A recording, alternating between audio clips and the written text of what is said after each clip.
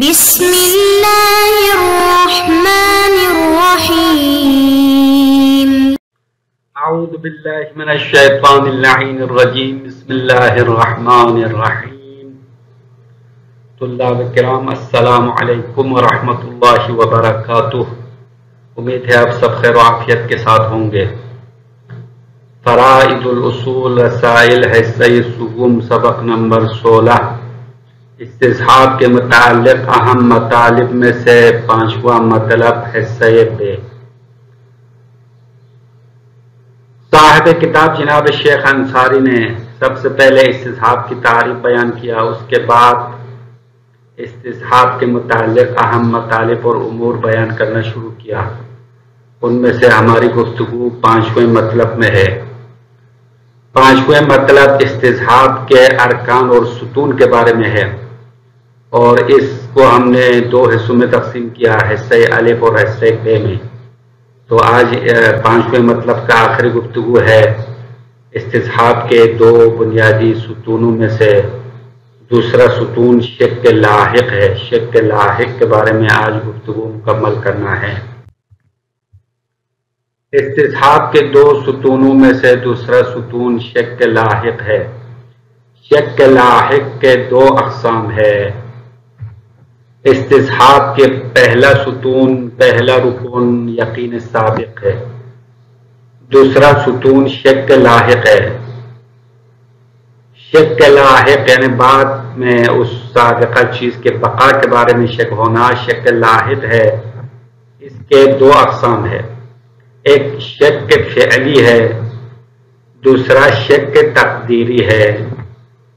ایک شک فعلی ہے، دوسرا شک تقدیری ہے. یقین اور شک فعلی سے مراد یہ ہے کہ انسان اپنی حالت کی جانب متوجہ ہو اور بالفعل ایک چیز کا زمان سابق میں موجود ہونے کا یقین ہو اور زمان لاحق میں اس کی بقا کے بارے میں شک کر رہا ہو. تو شک فعلی جیسا کہ اس کے نام سے واضح ہے کہ شک اور یقین بالفعل انسان کے لیے حاصل ہے. تو بالفعل شک حاصل ہونے کے لیے انسان اپنے حالت کی طرف متوجہ ہونا چاہیے، ملتفت ہونا چاہیے. جب انسان کو پتہ ہے، انسان ہوش میں ہے، غافل نہیں ہے، اپنی طرف متوجہ ہے، تو اس کے لیے ایک چیز کا زمان سابق میں موجود ہونا یقین ہوتا ہے اور اسی چیز کا زمان لاحق میں واقع ہونے کا شک ہوتا ہے. تو یہ شک اور یقین دونوں فعلی کہلاتے ہیں، بالفعل حاصل ہے. اور شک اور یقین تقدیری سے مراد یہ ہے کہ فی الحال انسان غافل ہے، لیکن اگر وہ ملتفت ہو جاتا تو اس کے لیے شک حاصل ہو سکتا تھا. یعنی شک تقدیری یعنی شک فرضی مراد ہے، تقدیر یعنی فرض مراد ہے. تو ایک شخص فی الحال اپنی حالت کی طرف متوجہ نہیں ہے، وہ غفلت کے عالم میں ہے، غفلت ہے، غافل ہے. اما فرض یہ کرتے ہیں کہ اگر وہ ملتفت ہو جاتا تو اس کے لیے شک حاصل ہو سکتا تھا. یعنی یہ سب فرضی چیزیں ہیں، فرضی. یقین سابق بھی فی الحال اس کے لیے نہیں ہے، شک لاحق بھی نہیں ہے. یعنی وہ اصلاً اپنی حالت کی طرف متوجہ ہی نہیں ہے، غافل ہے. لیکن اگر وہ اس صورتحال میں وہ متوجہ ہوتا تو اس کے لیے شک حاصل ہو سکتا تھا. ہاں، یہ فرض کرتے ہیں، اس کو شک تقدیری کہلاتے ہیں. اب ان میں سے شک فعلی میں یقیناً استصحاب جاری ہوتا ہے. شک اور یقین فعلی ہو تو استصحاب کے 2 ستون کامل ہوں گے اور استصحاب جاری ہونا یقینی ہوگا. لیکن شک تقدیری کی صورت میں اکثر علماء کی نظر میں استصحاب جاری نہیں ہوتا ہے. شک اگر تقدیری ہو، فرضی ہو، جیسا کہ میں نے پہلے وضاحت دی، شک فرضی میں اکثر علماء فرماتے ہیں، بلکہ تمام علماء فرماتے ہیں 1-2 کے علاوہ، اکثر علماء کا نظر یہ ہے کہ شک تقدیری کی صورت میں استصحاب جاری نہیں ہوتا ہے.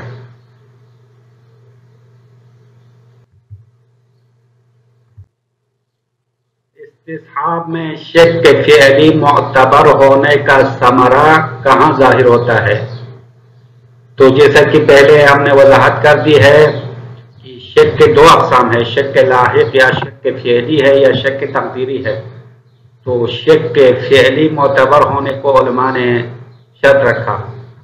تو یہاں پہ ایک سوال انسان کے لیے پیش آتا ہے، وہ یہ ہے کہ شک فعلی معتبر ہونے کا فائدہ کہاں ظاہر ہوگا، یعنی اس شک کی جو ثمرہ ہے وہ کہاں ظاہر ہوتا ہے، کس مسئلے میں اس کا فرق ظاہر ہوگا، شک فعلی ہونا شک تقدیری ہونے کا جو فائدہ ہے، جو ثمرہ ہے، وہ کہاں ظاہر ہوتا ہے، یہ سوال ہے۔ صاحب کتاب نے ایک مثال کے ضمن میں اس کا ثمرہ سمجھا دیا ہے۔ اب کتاب کے متن میں ایک مثال ہے، اس مثال پر اگر غور کریں گے تو ہمارے لیے اس شک فعلی معتبر ہونے کا فائدہ ہے وہ مکمل واضح ہوگا۔ بطور مثال ایک شخص کو صبح 10 بجے حدث سرزد ہونے کا یقین ہے۔ اب یہاں پہلے شک اور یقین فعلی کی مثال دے رہے ہیں کہ بطور مثال ایک بندہ ہے، اس کو صبح 10 بجے اس سے حدث سرزد ہو گیا اور اس کو یقین ہے، مثال کے طور پر اس نے پیشاب کیا ہے۔ اس کے بعد 11 بجے اس کو شک ہو گیا کہ میں نے وضو کیا ہے یا نہیں۔ اب 1 گھنٹہ گزرنے کے بعد وہ شک کرنے لگتا ہے کہ میرا جو حدث کی حالت ہے وہ ابھی باقی ہے یا میں نے درمیان میں وضو اور طہارت کیا تھا، وہ حدث ختم ہو گیا تھا یا نہیں۔ تو یہ شک بھی فعلی ہے، یہاں یقین صادق بھی فعلی ہے، شک لاحق بھی فعلی ہے۔ اس صورت میں استحباب حدث جاری ہوگا کیونکہ اس کا یقین اور شک دونوں فعلی ہے، یعنی بالفعل وہ اپنے حالت پر متوجہ ہے اور حدث کے بارے میں یقین ہے اور اس حدث کے بقا کے بارے میں شک ہے۔ بس یہاں پہ استصحاب کے تمام ارکان موجود ہے، دو ستون پائے جاتے ہیں، استصحاب جاری ہونے میں کوئی شک نہیں ہے۔ لیکن اگر اس شخص کو 10 بجے حدث ہونا پتہ چل گیا، پھر وہ غافل ہو گیا، نماز ظہر پڑھنے کے بعد متوجہ ہوا اور شک کرنے لگا کہ میں نے نماز سے پہلے وضو کیا تھا یا نہیں۔ اب یہاں شک تقدیری کی مثال دے رہے ہیں، اسی مثال کو ہم شک تقدیری میں بدل سکتے ہیں کہ اسی بندے کو جو 10 بجے حدث سرزد ہونا یقین تھا، پھر وہ اپنے حالت سے غافل ہو گیا، اپنے حالت کی طرف متوجہ نہیں ہے، غفلت کی حالت میں وہ مصروفیات میں ٹائم پاس کیا، ٹائم گزر کے نماز ظہر کا ٹائم ہو گیا اور نماز پڑھ لیا۔ اسی طرح بعد میں وہ اپنے حالت کی طرف متوجہ ہوا اور شک کرنے لگا کہ میں نے نماز سے پہلے وضو کیا تھا یا نہیں۔ اب نماز کے بعد وہ شک کر رہا ہے کہ نماز سے پہلے میں نے وضو کیا تھا، نماز میں داخل ہوا تھا، یا بغیر وضو نماز میں داخل ہوا تھا، کچھ پتہ نہیں چل رہا۔ اس صورت میں استحباب جاری نہیں ہوگا کیونکہ نماز سے پہلے اس کا شک تقدیری ہے۔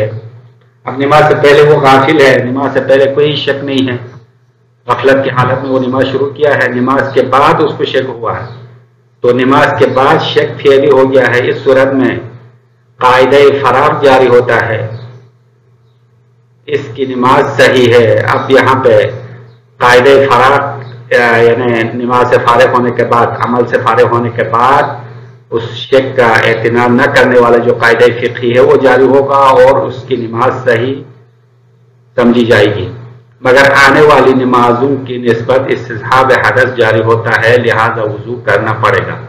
اب بعد والی نمازوں کے لیے، نماز عصر کے لیے، نماز مغرب عشاء کے لیے وضو کرنا پڑے گا کیونکہ اب جو شک ہوا ہے وہ شک فعلی ہے، اما نماز سے پہلے اس کے لیے کوئی شک حاصل نہیں ہوا تھا۔ اگر وہ ملتفت ہوتا تو اس کے لیے شک ہو سکتا تھا، لیکن چونکہ وہ ملتفت نہیں ہوا ہے، اس کو اصلاً اپنے حالت کی طرف توجہ نہیں ہے، اس لیے وہ شک تقدیری ہے۔ تو شک تقدیری ہونے کی وجہ سے استصحاب حدث نماز سے پہلے جاری نہیں ہوتا ہے، نماز سے پہلے غفلت کی حالت میں ہے۔ اب نماز اس کی قاعدہ فراغ کی بنیاد پر صحیح کہلائیں گے، جو نماز پڑھ لی ہے وہ ٹھیک ہے، آئندہ نمازوں کے لیے وضو کرنا پڑے گا۔ ثم المعتبر هو الشک الفعلی، اب یہاں سے صاحب کتاب فرما رہا ہے کہ پھر جو چیز معتبر ہے وہ شک فعلی معتبر ہے، الموجود حال الالتفات الیہ، شک فعلی وہ شک ہے جو اس کی طرف توجہ ہوتے ہوئے موجود ہے۔ اما لو لم یلتفت فلا استصحابا، اما انسان اپنے حالت کی طرف متوجہ ہی نہ ہو، غفلت کی حالت میں ہو، تو کوئی استصحاب نہیں ہے۔ وَإِن فُرِضَ الشَّكْ فِيهِ عَلَى فَرْضِ الْالْتِفَاتِ، اگرچہ اس صورتحال میں شک فرض کیا جائے علی فرض الالتفات، توجہ ہونے کے فرض کی بنا پر، یعنی یہ کہتے ہیں کہ اگر وہ متوجہ ہوتا تو اس کے لیے شک حاصل ہو سکتا تھا، اب چونکہ وہ ملتفت نہیں ہے اس لیے اس کے لیے کوئی شک حاصل نہیں ہوا ہے، تو یہ شک تقدیری ہے، تو شک تقدیری میں استصحاب جاری نہیں ہو سکتا ہے۔ اب اس کی مثال دے رہے، فَالْمُتَيَقَّنُ لِلْحَدَثِ، پس وہ شخص جو حدث پر یقین رکھتا ہے، اذا التفت الى حاله فی اللاحق، وہ اپنے حالت کی طرف متوجہ ہوا، فی اللاحق بعد والے زمانے میں، فشک کا وہ شک کرنے لگا۔ ابھی ہم نے مثال دیا مثلا 10 بجے حدث سرزد ہونے یقینی ہو گیا ہے، 11 بجے وہ اپنے حالت سے متوجہ ہے اور وہ شک کرنے لگتا ہے کہ آیا میں نے وضو کیا تھا یا نہیں کیا تھا، تو ایسی صورت میں جر الاستصحاب فی حقہ، اس شخص کے حق میں استصحاب جاری ہوگا، کیونکہ یہاں پہ یقین بھی فعلی ہے، شک بھی فعلی ہے، بالفعل اس کے لیے شک حاصل ہوا ہے۔ فلو غفل عن ذالک، اگر وہ بندہ اس حالت سے غافل ہو گیا، وصلی، اور وہ اسی صورت میں نماز پڑھ لیا، تو بطلت صلاتہ، اس کی نماز باطل ہے، کیونکہ صبح 10 بجے حدث سرزد ہونا یقینی ہو گیا، 11 بجے وہ شک کرنے لگا، تو حدث کا استصحاب جاری کرنا ہے۔ اس کے بعد 11 بجے پھر دوبارہ وہ غافل ہو کر اسی طرح نماز پڑھ لیا، تو اس کی نماز صحیح نہیں ہے، کیونکہ نماز سے پہلے استصحاب حدث جاری کر لیا ہے، اس لیے جو نماز پڑھ لیا وہ باطل ہے۔ کیوں؟ بسبق الامر بالطہارہ، کیونکہ امر بالطہارہ پہلے آ چکا ہے، یعنی شریعت کی طرف سے اس کے لیے وضو کرنے کا حکم پہلے آیا ہے، کیونکہ استصحاب حدث کی وجہ سے وہ محدث شمار ہو گیا، تو نماز سے پہلے طہارت کا حکم پہلے آیا ہے۔ ولا یجری فی حقہ حکم الشک فی الصحہ بعد الفراغ عن العمل، اب ایسی صورتحال میں اس بندے کے حق میں عمل سے فارغ ہونے کے بعد عمل کے صحیح ہونے کا حکم جاری نہیں ہوگا، مطلب اس بندے کے لیے قاعدہ فراغ جاری نہیں ہو سکتا ہے۔ ولا یجری فی حقہ، اس شخص کے حق میں جاری نہیں ہوگا حکم الشک فی الصحہ، صحت کے بارے میں شک کا حکم لگانا، بعد الفراغ عن العمل، عمل سے فارغ ہونے کے بعد، تو عمل سے فارغ ہونے کے بعد کسی عمل کے صحت کے بارے میں شک کرے تو قاعدہ فراغ کی روشنی میں اس کے عمل کو صحیح قرار دیا جاتا ہے۔ لیکن یہاں صورتحال یہ ہے کہ اس کے جو نماز ہے وہ صحیح نہیں کہلا سکتے ہیں، کیونکہ نماز سے پہلے استصحاب جاری ہو چکا ہے اور اس شخص کو محدث شمار کیا گیا، اب حدث کی حالت میں جو نماز پڑھی ہے وہ نماز باطل، لأن مجراہ الشک الحادث بعد الفراغ، کیونکہ قاعدہ فراغ یا شک صحت بعد العمل، عمل کے بعد، عمل سے فارغ ہونے کے بعد شک کرنے کا مجرا الشک الحادث بعد الفراغ، وہ شک ہے جو عمل سے فارغ ہونے کے بعد پیدا ہوتا ہے۔ اب یہاں پہ صورتحال یہ ہے کہ عمل سے پہلے اس کے لیے شک حاصل ہوا تھا، لل موجود من قبل، نہ کہ وہ شک ہے جو عمل سے پہلے ہو، تو عمل سے پہلے شک ہو تو وہ قاعدہ فراغ کا موضوع نہیں ہے۔ نعم لو غفل عن حاله بعد الیقین بالحدث وصلى، نعم یعنی یہ اس مسئلے کی دوسری صورتحال بتا رہے، دوسری صورت بتا رہے کہ ہاں اگر وہ اپنے حالت سے غافل ہو گیا بعد الیقین بالحدث، حدث کے بارے میں یقین ہونے کے بعد، وصلى اس نے نماز پڑھ لی، صبح 10 بجے حدث سرزد ہو گیا، اس کے بعد بالکل غافل ہو گیا، اسی غفلت کی حالت میں اس نے نماز پڑھ لی، ثم التفت، پھر وہ متوجہ ہو گیا، وشک فی کونہ محدثا حال الصلاۃ او متطہرا، پھر وہ متوجہ ہونے کے بعد شک کرنے لگا کہ وہ نماز کی حالت میں، حدث کی حالت میں نماز پڑھ رہا تھا یا متطہر کی حالت میں طہارت کے ساتھ نماز پڑھ رہا تھا، پتہ نہیں چلا، نماز تو مکمل ہو گئی ہے لیکن اس کو یہ پتہ نہیں ہے کہ میں نے وضو کر کے نماز پڑھ لیا یا وضو کے بغیر نماز پڑھ لیا، تو جرا فی حق ہی قاعدۃ الشک بعد الفراغ، اب اس بندے کے حق میں عمل سے فارغ ہونے کے بعد شک ہونے والا قاعدہ جاری ہوگا، یعنی قاعدہ فراغ یہاں پہ جاری ہو سکتا ہے، اس کی نماز درست ہے۔ حدوث شک بعد العمل، کیونکہ یہاں پہ شک عمل کے بعد پیدا ہوا ہے، وعدم وجودہ قبلہ، اور شک عمل سے پہلے موجود نہیں ہے کیونکہ عمل سے پہلے وہ غفلت میں ہے، حتی یوجب الامر بالطہارہ، یہاں تک کہ طہارت کے حکم کا سبب بن جائے. یعنی اگر عمل سے پہلے شک موجود ہوتا تو شریعت کی طرف سے طہارت کا حکم آتا، لیکن یہاں پہ تو عمل سے پہلے وہ غافل ہے، شک فعلی نہیں ہے.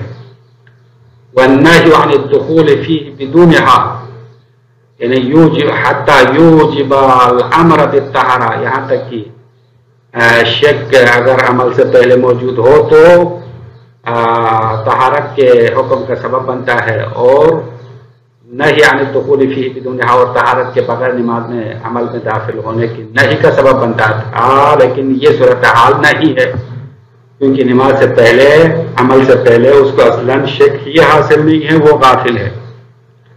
نام ھذا الشک اللاحق یوجب الاعادہ بحکم الاستصحاب. اما کہہ رہے کہ ہاں یہ ایک صورت ہو سکتی ہے کہ یہ شک جو بعد میں پیدا ہوا ہے، نماز کے بعد جو شک پیدا ہوا ہے، شک حاصل ہوا، یوجب الاعادہ بحکم الاستصحاب عدم الطہارہ، طہارت کے عدم کے استصحاب کے ساتھ جو نماز پڑھی ہے اس کی اعادے کا سبب بن سکتا ہے.